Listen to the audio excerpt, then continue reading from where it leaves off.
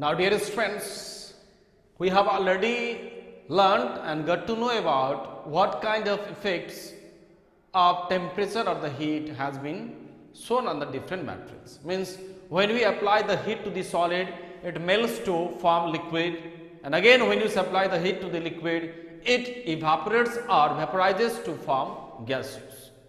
Now, what happens when we apply the pressures? Means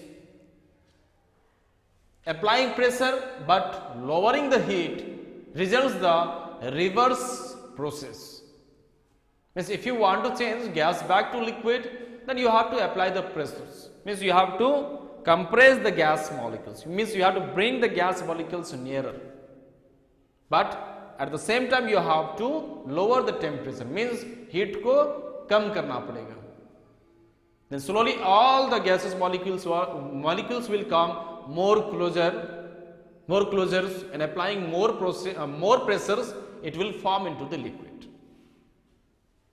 And when you just compress a bit more, and when you just withdraw the more heat energy from that liquid also, then that liquid solidifies into the solid state.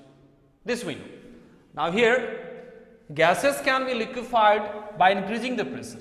Means suppose when we apply the compressor or the pressure on the gases but lowering the temperatures, then gases change into the liquid form. You might have heard about the LPG gas, liquefied petroleum gas. That petroleum gas is liquefied and changed into the liquid state by applying the pressures, huge pressures, and lowering the temperature. As a result, we get the LPG in our cylinder. And when you just on the regulator, means one sound, escaping of the gases releases. Because when you just lower the pressure inside, then again that LPG come back into its original state, that is into the gaseous state, right? So when you apply the pressure to the gases and when you just lower the heat or take the heat from these gases, then these gases convert into the liquid state. Got the point, student? I think you have understood what kind of effect can be seen by applying the pressure to the state of matter. Now next process means here I have clarified, means most of gases can be liquefied. If you want to get the liquid ammonia, liquid oxygen, then you have to apply the pressure and then lower the temperature. I mean to say this. Okay.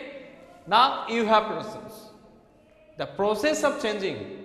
In earlier classes, in previous classes, we have already discussed what is difference between the evaporation and vaporization.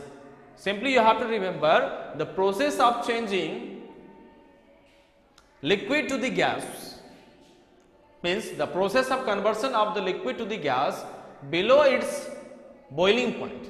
It's called evaporation. I had given you examples. When you spill water on the floor, जब हम लोग floor में water spill कर देते हैं, then after a few minutes or certain hours the water evaporates, means you don't get water back again, or you don't see water on the floor. Then where water has gone? Now water has evaporated, not the boil, because you did not boil the water present on the floor, rather taking the surrounding heats. That water present on the floor, slowly taking much time, slowly it start to evaporate and finally it disappear. Means converted into the gaseous water, right? So you have to remember the process of changing liquid to gas, but remember below its boiling point, means no need to satisfy its boiling point, is called an evaporation. Here means liquid when changes into the gases, but its boiling point is below, then that process is said to be evaporation.